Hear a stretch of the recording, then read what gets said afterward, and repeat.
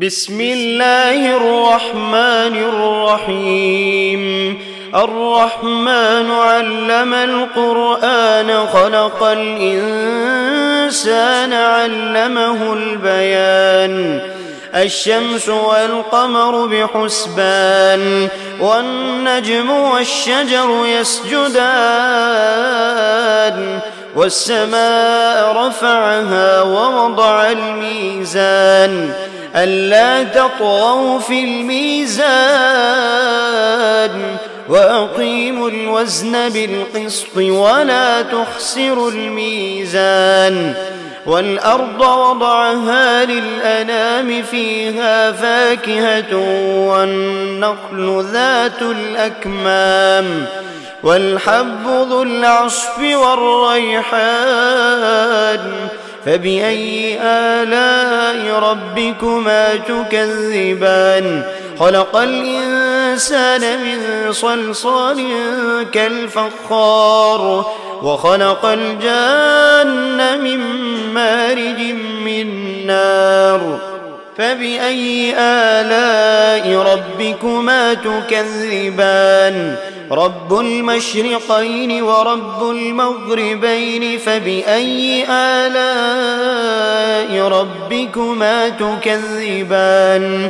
مرج البحرين يلتقيان بينهما برزخ لا يبغيان. فبأي آلاء ربكما تكذبان؟ يخرج منهما اللؤلؤ والمرجان. فبأي آلاء ربكما تكذبان؟ وله الجوار المنشآت في البحر كالأعلام. فبأي آلاء ربكما تكذبان؟ كل من عليها فان ويبقى وجه ربك ذو الجلال والإكرام. فبأي آلاء ربكما تكذبان؟ يسأله من في السماوات والأرض كل يوم هو في شأن. فبأي آلاء ربكما تكذبان؟ سنفرغ لكم أيها الثقلان. فبأي آلاء ربكما تكذبان؟ يا معشر الجن والإنس إن استطعتم أن تنفذوا من أقطار السماوات والأرض فانفذوا لا تنفذون إلا بسلطان. فبأي آلاء ربكما تكذبان؟ يرسل عليكما شواظ من نار ونحاس فلا تنتصران.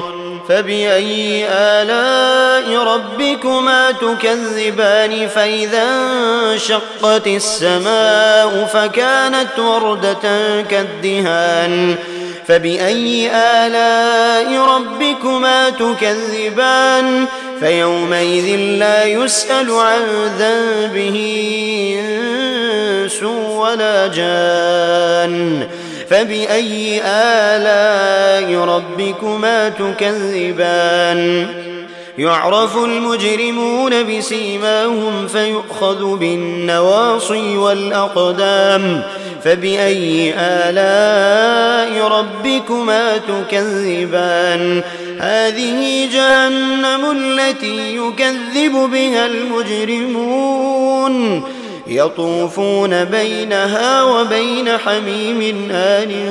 فبأي آلاء ربكما تكذبان؟ ولمن خاف مقام ربه جنتان. فبأي آلاء ربكما تكذبان؟ ذواتا أفنان. فبأي آلاء ربكما تكذبان؟ فيهما عينان تجريان. فبأي آلاء ربكما تكذبان؟ فيهما من كل فاكهة زوجان. فبأي آلاء ربكما تكذبان؟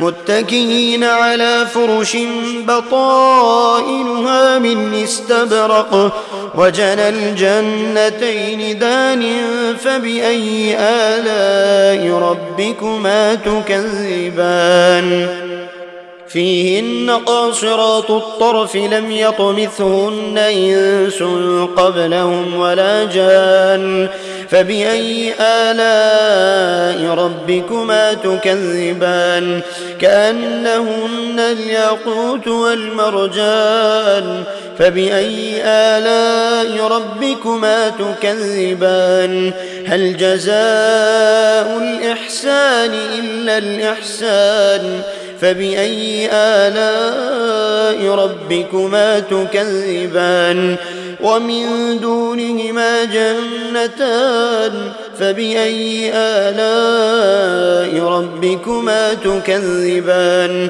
مدهامتان فبأي آلاء ربكما تكذبان فيهما عينان نضاختان فبأي آلاء ربكما تكذبان فيهما فاكهة ونخل ورمان فبأي آلاء ربكما تكذبان فيهن خيرات حسان فبأي آلاء ربكما تكذبان حور مقصورات في الخيام فبأي آلاء ربكما تكذبان لم يطمثهن إنس قبلهم ولا جان فبأي آلاء ربكما تكذبان متكئين على رفرف